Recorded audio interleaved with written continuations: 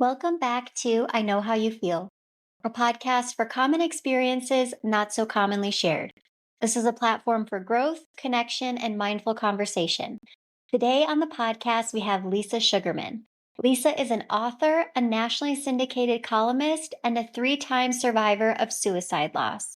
She's a passionate mental health advocate, a crisis counselor with the Trevor Project, and a storyteller with the National Alliance on Mental Illness, using her lived experience to help others find healing through connection and community. Lisa is also the founder of the Help Hub, the most inclusive and comprehensive free online destination for mental health resources, tools, crisis hotlines, and content designed to support the diverse mental health needs of every community. She also co hosts the Survivor Podcast, a podcast for anyone affected by suicide or mental illness, providing candid conversation and real stories of survival. In addition to her podcast work, Lisa facilitates Safe Place, a virtual support group for survivors of suicide loss at Samaritan's South Coast in Boston. She's also the author of How to Raise Perfectly Imperfect Kids and Be Okay with It, Untying Parent Anxiety, and Life. It Is What It Is. A frequent contributor to the Mental Health Television Network, Lisa's writing has also been featured in CalMary, Healthline Parenthood, Grown and Flown, Today Parents, Thrive Global, Little Things, The Washington Post, and Psychology Today. Lisa lives and writes just north of Boston. Learn more at thehealthhub.co. Let's connect with Lisa.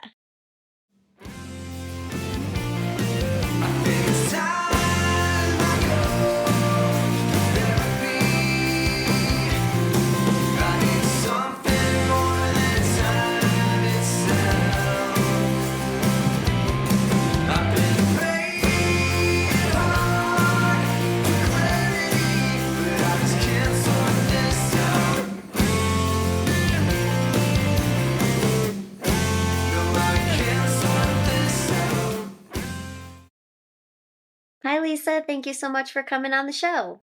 Hey, Kim, thanks for having me. So, I know for years you lived with this one version of the story of how your dad died.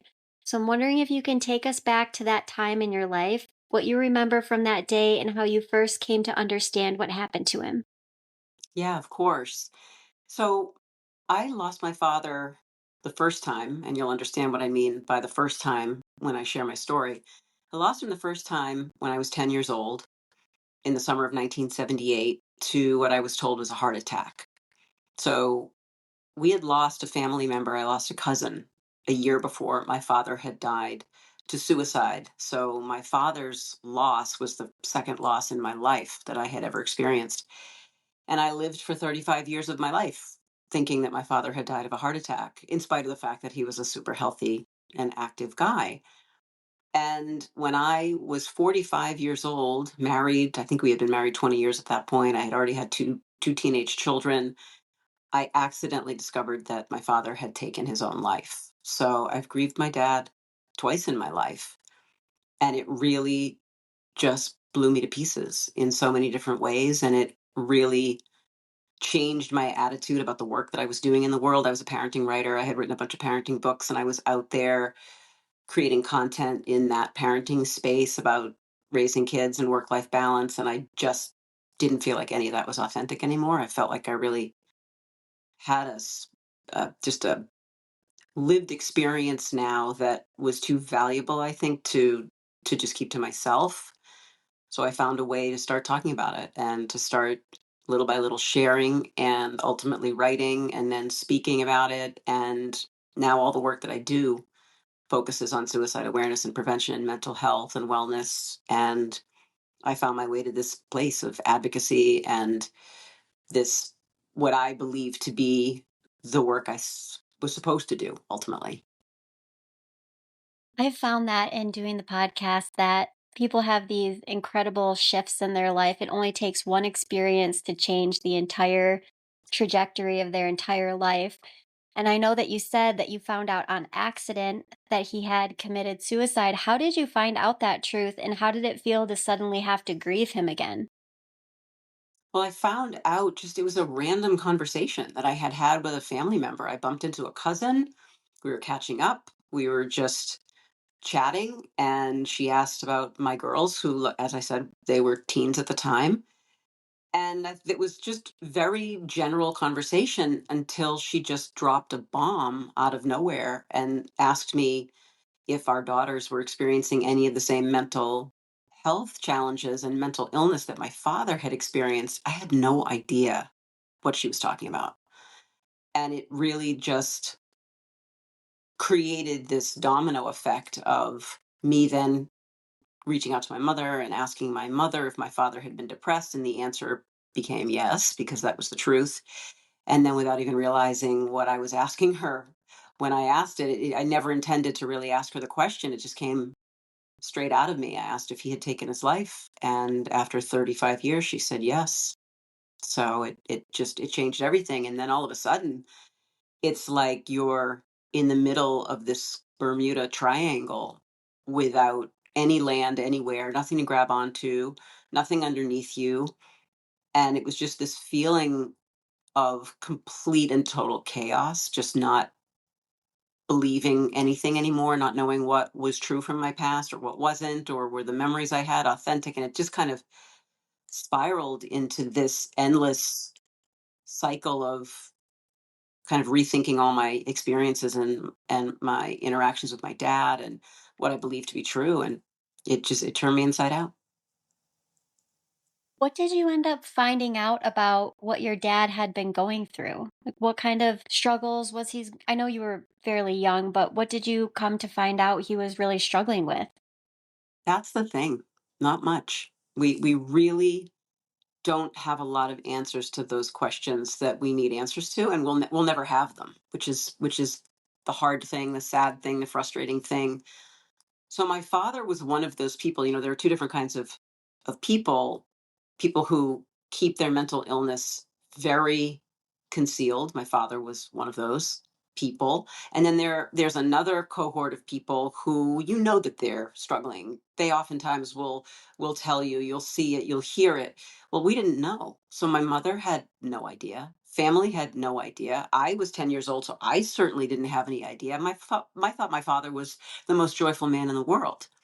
He loved the outdoors. He raced cars as a hobby. He loved being around people. He loved his family. So there was no reason for any of us to believe anything was wrong. The only thing that we ultimately knew was that my father came from a very difficult family. He was the youngest of three children.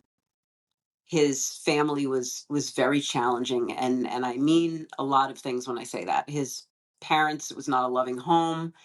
No matter what my father ever did, it was never enough. It was never good enough. It was always what you didn't do or could have done or should have done.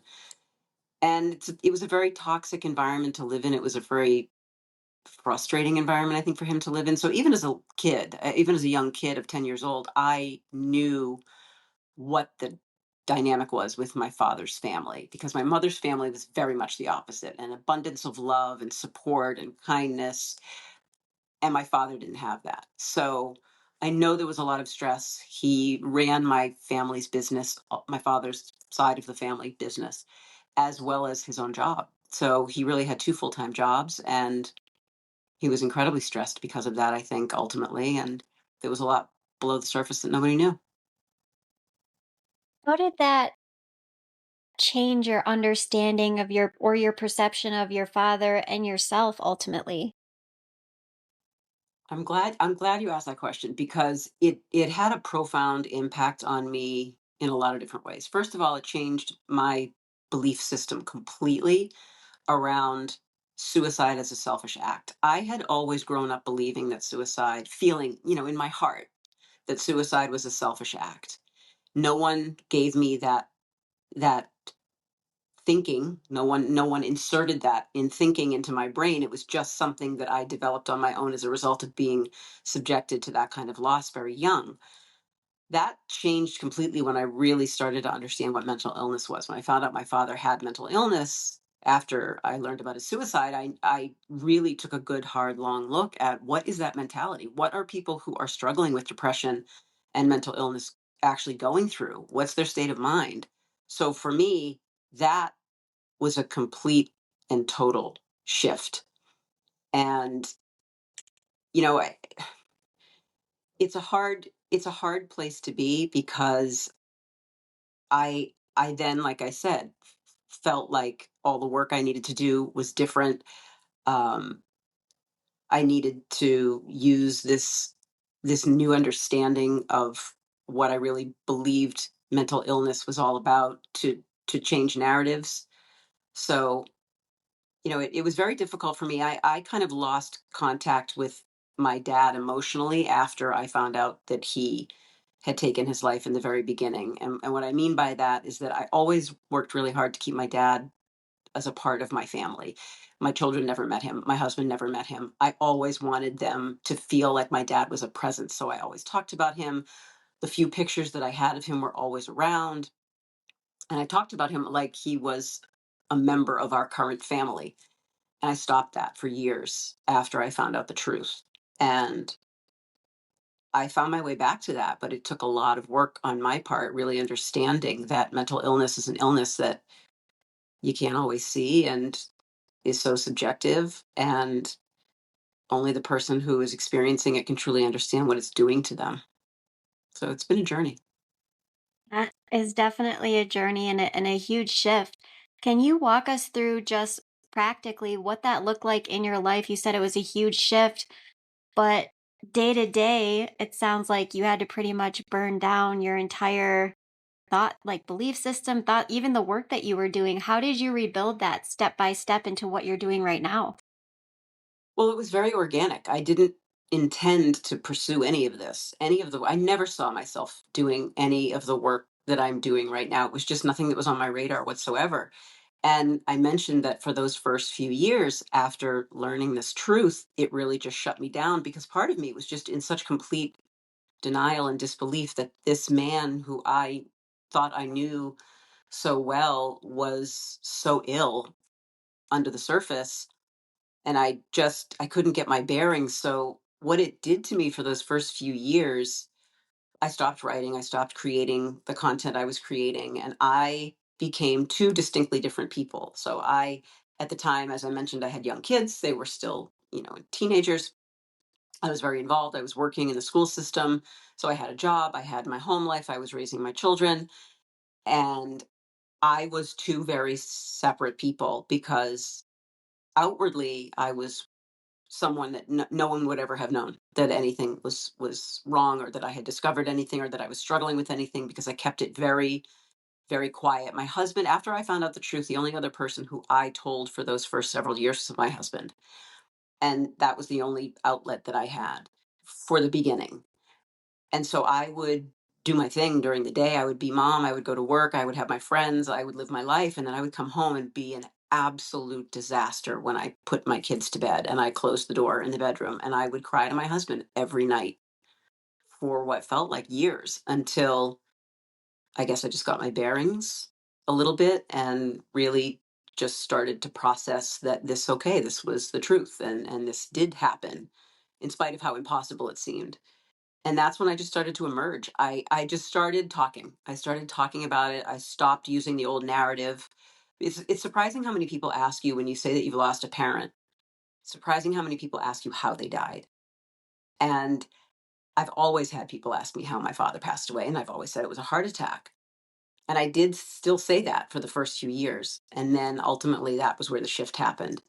I no longer believed it was selfish. I understood it more clearly. I felt just such heartache for him that he suffered alone.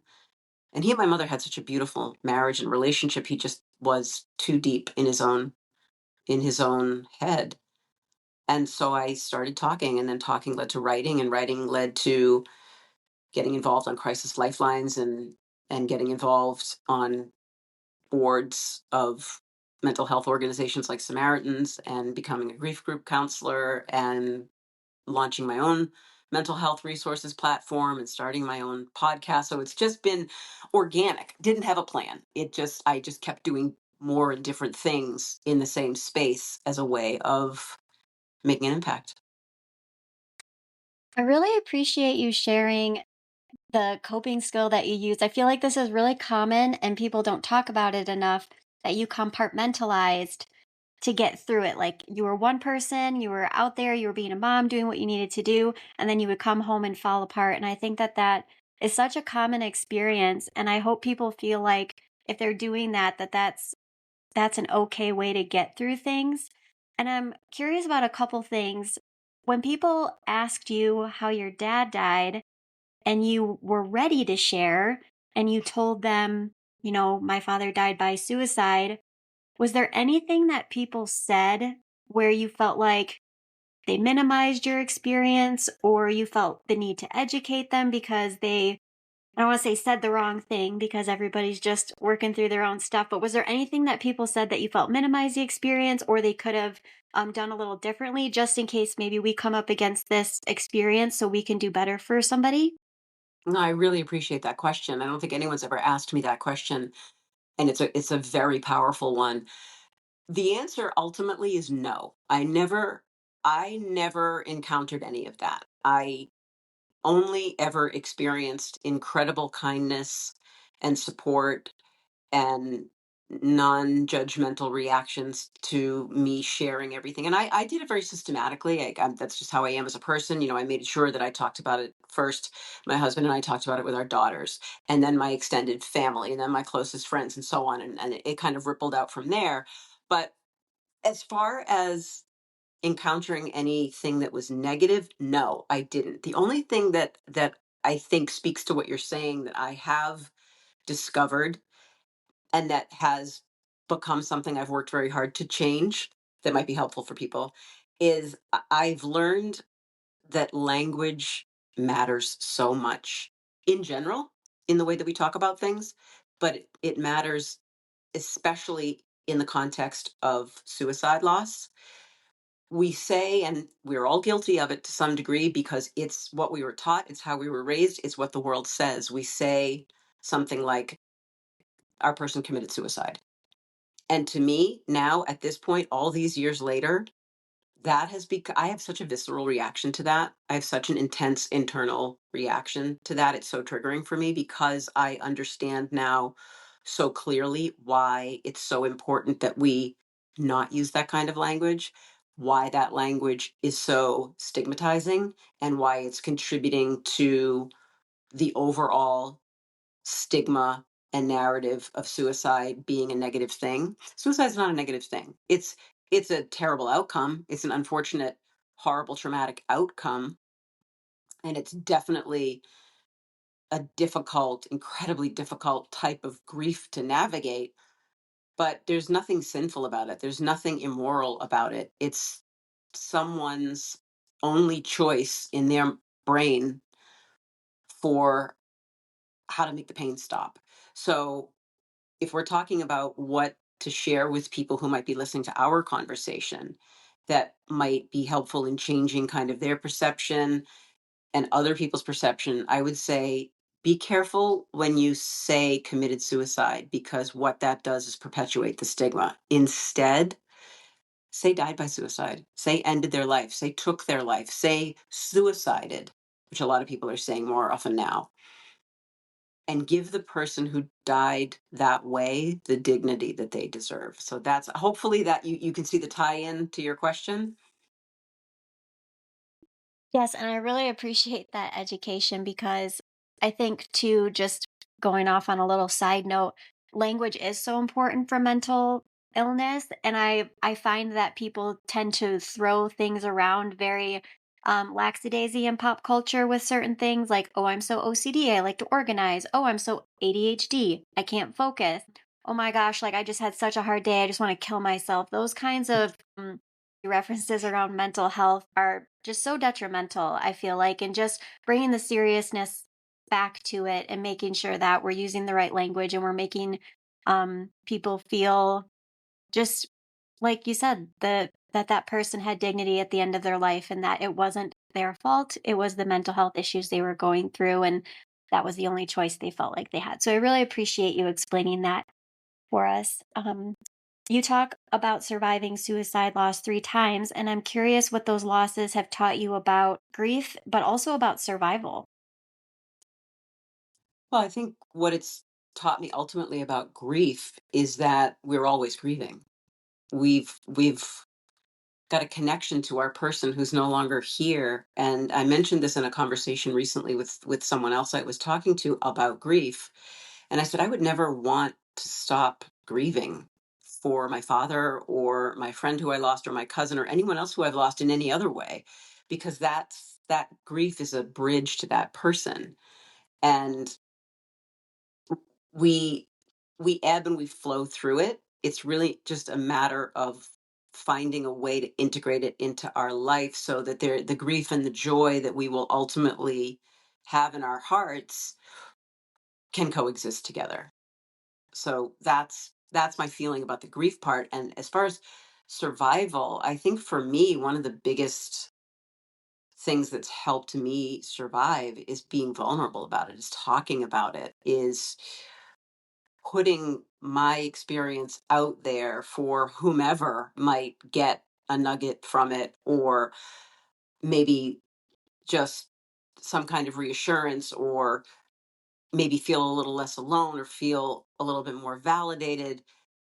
That's how I survive. I survive by taking my experience and recycling it, I guess, in a way that I hope benefits other people who are at a different point on that loss spectrum.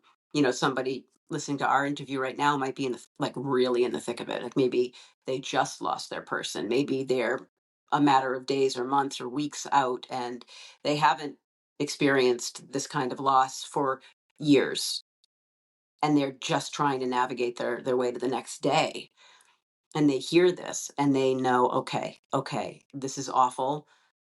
I'm not alone. I'm not the only one who feels this way, because this is look, grief in general can be such an isolating experience, but this kind of grief is such a specific kind of grief that you really feel like you're alone from the stigma perspective more than anything, because you never know how someone's going to react when you're talking about suicide. And once you realize that over 700,000 people a year die by suicide, and there are 135 people who are impacted by that suicide. On average, they say that 135 people are impacted by every one suicide. That means the population of people who are dealing with this kind of loss is over 94 million people a year are touched by this, and nobody's talking about it. So the way I deal with it, and all the other people who I've met through this community are dealing with it, is by doing what you and I are doing and talking about it. Absolutely. I think that's such a lovely way to put it, is that storytelling is so powerful. And that's why we do what we do, sharing these stories, because that really helps other people. It's such a passed over way to process and to kind of do your own therapy, in my opinion, is to just connect with people and their stories. Because even if you haven't experienced suicide or loss, you're still going to be able to connect with grief. Like you're saying, we're always grieving. Life is cyclical in that way. And you've said that you've really been able to integrate this loss into your life. I'm wondering if you can tell us about the Help Hub that you created and the Trevor Project and all of the things that you've created to help others from this experience. I would love to talk about any of those things, because that's what I've been kind of putting my heart and soul and energy into for the last several years. So I'll talk about the Trevor Project first, because that came before the Help Hub in my world. It was largely because of the work that I've been doing for the last several years on the Trevor Lifelines that I recognized that we needed something different in the way of mental health resource platforms. So after I learned that my father had taken his life and had kind of emerged from that place of just not knowing what to do with that and wanting to do something to give back, I thought of ways to do that. And what made sense to me was to potentially get on a lifeline to be the person that my father could have benefited from. So I trained with the Trevor Project. And for those who don't know what the Trevor Project is, they've been around for about 27 years. They are a crisis support lifeline, and there's also a texting platform as well for at risk LGBTQ youth ages 13 to 24. And so any at-risk LGBTQ youth can call the Trevor Project and either call or text. But I happen to be on their lifeline. So when you call up, I am one of the counselors who will take that call. And we just do a lot of holding space. We de escalate a lot of people. We give out a lot of resources. And we create a lot of safety plans for people who may be having suicidal ideation or maybe in the midst of an actual attempt. I've had too many of those calls. Or maybe they're just struggling with coming out, or maybe they've been abused, or maybe they've lost a job. So it's not just suicide. None of these crisis lifelines like 988 or Trevor Project or Crisis Lifeline are exclusive to suicide. These are these are numbers anyone can call with any kind of mental health crisis. So it was because of all my work giving out resources and just being exposed to such a wide, I guess, array of people and communities that I started realizing that even though we all go through so many of the same things, like we all grieve, we can all certainly have issues with depression or anxiety or loss in general. We don't experience those things in the same way. Like someone from the AAPI community might need something different than someone from the BIPOC community would need, or someone from the queer community would need, or someone in the elderly community could need. Like the way that we seek out and find help looks a little different depending on where we're coming from. But I didn't see any place like that. I didn't find or wasn't aware of any place out there where anyone can go from any community, but you could find the help or the resources or the support that you need to support your unique needs. So I just kind of started accumulating resources as I found them. And then I guess I just got on a little bit of a mission because I then spent dedicated time every single day vetting resources and slowly categorizing them, and ultimately ended up with this massive list directory of organizations. And then I broke them all apart into different categories under those different community headings and ended up with 16 of them. And I ended up just really restructuring my entire website. I rebranded it, I re-architected it, I made it into a place called the Help Hub, because ultimately it's a hub of help and resources and content, and have just been building on it ever since. And I really kind of truly relaunched it in November. So it hasn't quite been a year that it's been out in the form that it's in now. And it's a place that anyone can go for mental health resources, crisis support services, tools, content. I built a pretty extensive virtual toolkit that people can reference if they're having hard conversations about grief, or they're afraid someone they know is not okay, or they need a grounding exercise. I created a whole toolkit full of tools that people can share and download and access. And there's a YouTube channel now. The podcast that I'm on called The Survivors, that's all about suicide survival, is piped through the Help Hub. I just this week actually announced a huge collaboration with recovery.com. They are now the treatment option that's been integrated into the Help Hub. So you're not just finding the help that you need and the resources, you're actually also now through the Help Hub, you can go directly to recovery.com to get treatment if treatment is the option you're looking for. So it's grown into this beautiful organic destination for all different types of mental health resources. And I'm just incredibly proud of what we're building and who it's helping and what it's putting out into the world. I love that. That's so inspiring. And I love that you emphasized that even though we can all connect through storytelling and these different experiences, everybody is experiencing their own thing very differently, processing it differently. Not everybody's going through depression the same way, anxiety the same way. It's all very different. I think that's a very important point. And so I really appreciate that. I just have one last question for you. What do you want people who are grieving a suicide to know about what's possible in their own healing journey? I've had a lot of people ask versions of that question before, but I think the way you just phrased it was my favorite. So I want anyone to know that everything is still possible. It just might not be possible right here and now, where your heart is and where your head is when you're in this much pain. But here's the thing about what someone who might be in the thick of it now is feeling. The way that you feel now, and I say this a lot because it's so important, the way that you feel right now, whatever that is, however desperate or however broken you feel, you won't always feel this way. There is no end. We talked about this already. There's no end to grief, but grief is love. So it's a signal that we cared about our person, and we now have to find a way forward. But you get to do that at your own pace. Like there's no timeline. There's no expectation. Grief looks different and feels different for everybody. So I would just say that be gentle to yourself right now, where you are right now, and that things won't always feel like this. There will be a time when you will see things clearer and you will feel things more deeply again. And that joy will come back into your life. I didn't believe it would. And I'm not going to sit here and say to you, "Oh, don't worry, don't worry. You'll be okay." You'll never be okay because your person is gone.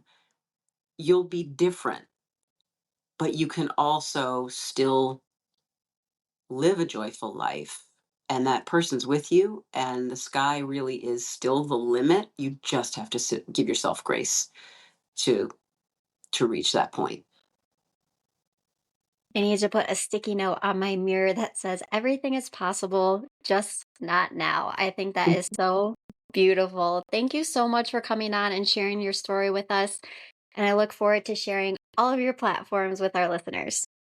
Oh, thank you so much for having me. I would love to have this conversation a thousand different times, every chance I get, and I absolutely loved this one. Thanks for hanging out with us this week. If you'd like to connect with Lisa, you can find her at thehelphub.co.